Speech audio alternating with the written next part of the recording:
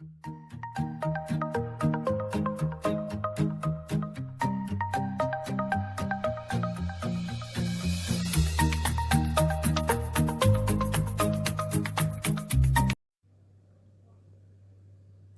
alaikum guys, this is your host Alisa Shiraz and you are watching Literary Birds.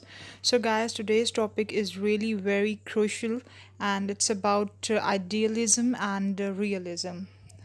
Plato's idealism and Aristotle realism. Let's start guys. आप ये एक देख सकते हैं एक picture केव सन और सम वर्ड्स ये एलिग्री ऑफ केव है। प्लेटो ने जो आइडियलिज्म का कंसेप्ट दिया था हम लोगों को उसको उसने अपनी थ्योरी को इस तरह हम लोगों को समझाया। अब आइडियलिज्म है क्या? आइडियलिज्म समझने में कई बार बहुत बच्चों को मुश्किल पेश आती है कि एक्चुअली ये है क्या। तो प्लेटो का ये मानना था, मैं आपको एक पिक्चर और दिखा देती हूँ। ये देखिए, इस पिक्चर में देखिए कि ये जो ऑरेंज कलर के कपड़ों में है ये है प्लेटो और जो इसके साथ ब्लू में है ये है एरिस्टोटल।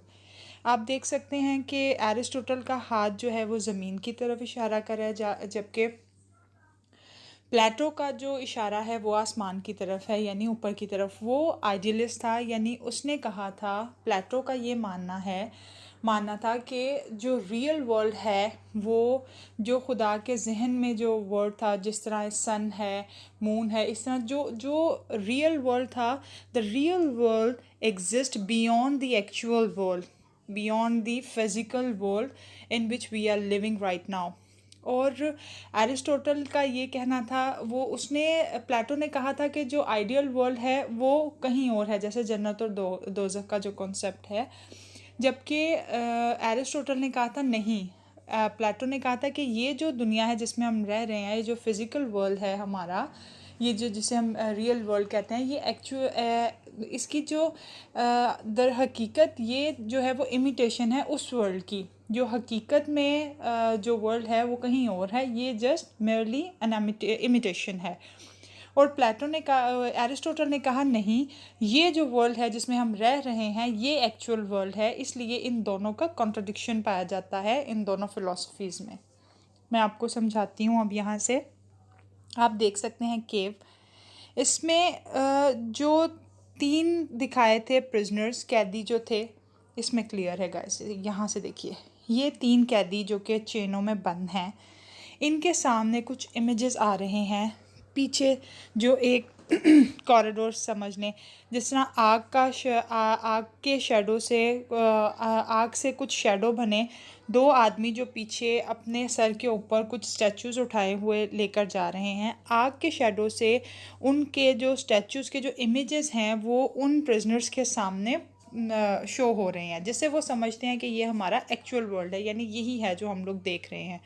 उसमें से जब एक आदमी जो है वो बाहर जाता है खुलकर अपनी चेनों से आज़ाद होकर, तो वो कॉरिडोर में जाकर जब देखता है कि नहीं, एक्चुअल ऑब्जेक्ट्स तो वो हैं जो उन्होंने उठाए हुए हैं और जो हम देख रहे थे अंदर वो तो सिर्फ उसका इमेज था। और यहाँ से हम लोगों को पता लगता है कि ये जो कॉरिडोर में जो लोग हैं वो किसे रिप्रेजेंट करते हैं। हम उन्हें कह सकते हैं politicians, marketers, friends, family, media is the most important, और रिलीजन, यानी ये सब चीज़ें जो हम लोगों का माइंड डाइवर्ट करती हैं।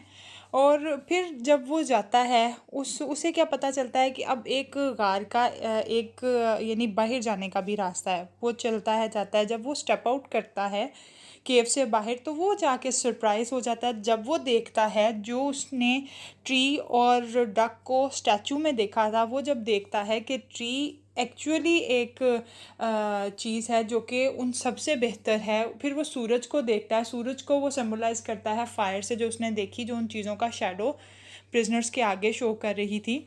फिर वो देखता है डक को, जो उसने शैडो में जो डक देखी थी पहले वो देखी, फिर उसने स्टैचू की फॉर्म में देखी, फिर वो रियल डक को देखता है क्वैक क्वैक करते हुए, बोलते भी हुए। तो वो बहुत ज़्यादा अस्टॉनिश्ड फील करता है, बहुत ज़्यादा सरप्राइज्ड हो जाता है कि इसमें से रियल क्या है। तो इसीलिए प्लेटो ने कहा कि जो ये वर्ल्ड है ये ट्वाइस इमिटेशन है।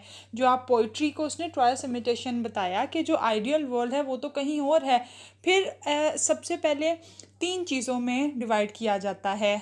जो हम लोगों के सामने जो शेडोज़ पेश किए जाते हैं वो, फिर दूसरे लेवल पे आता है फॉर्म्स, और जो सबसे मोस्ट इम्पॉर्टेंट है वो है लोगोस। लोगोस जो है वो ग्रीक वर्ड है, इसको जब हम इंग्लिश में देखते हैं तो हमारा आइडियाज़ बनते हैं। जैसे आपने ये एक मिसाल पहले भी सुनी होगी कि एक कारपेंटर ने जब एक चेयर बनाई तो वो चेयर सबसे पहले उसके माइंड में थी, उसके आइडियाज़ में थी, फिर उसने उसको एक शक्ल दी, वो चेयर बन गई। फिर पेंटर ने उसको जब बनाया तो वो उसकी तीसरी शक्ल बन गई। लेकिन जो मोस्ट प्रोमिनेंट था, जो आइडिया था, वो कहाँ था? वो बढ़ई के दिमाग में था।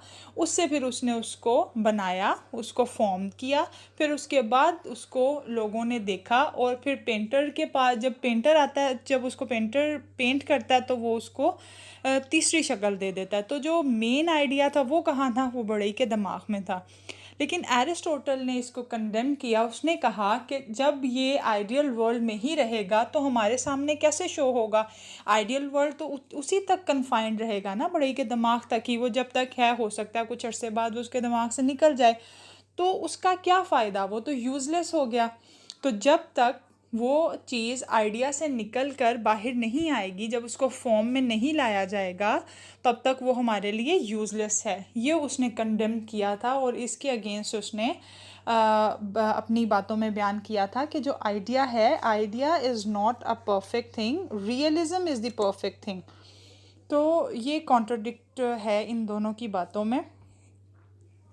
अब रियलिज़म अब देख लेते हैं गाइस रियलिज्म को। Reality exist independent of the human mind, world of physical objects, ultimate reality.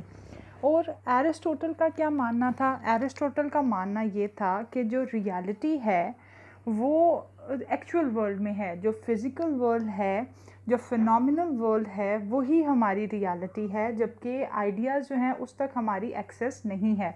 उसने 5 सेंसेस के ऊपर ये चीज़ें रियलिटी को पोर्ट्रे किया कि जैसे जिन चीज़ों को हम छू नहीं सकते उन्हें कैसे हम लोग कैसे फील कर सकते हैं। तो जो आइडिया जो होता है वो माइंड में होता है, वो तब तक यूजलेस है जब तक वो रियलिटी में नहीं हम लोग देख सकते।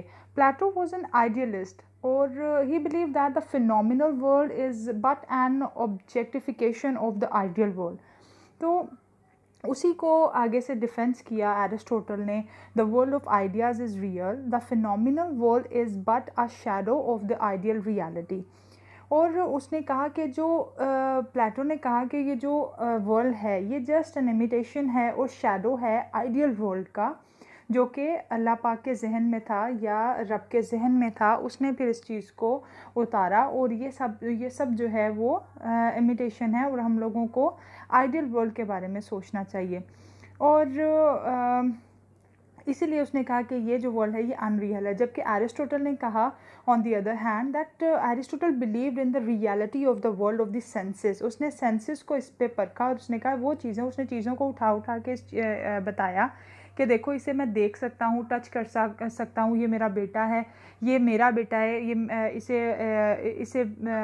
ये मेरी वजह से इस दुनिया में आया है। और जिस तरह उसने चीज़ों को उठा कर इसके एग्जांपल्स दिए कि ये रियलिटी है, आइडियाज़ रियलिटी नहीं है। आइडियाज़ को तब तक हम लोग नहीं परख सकते जब तक कि वो एक्चुअल वर्ल्ड में ना आ सके।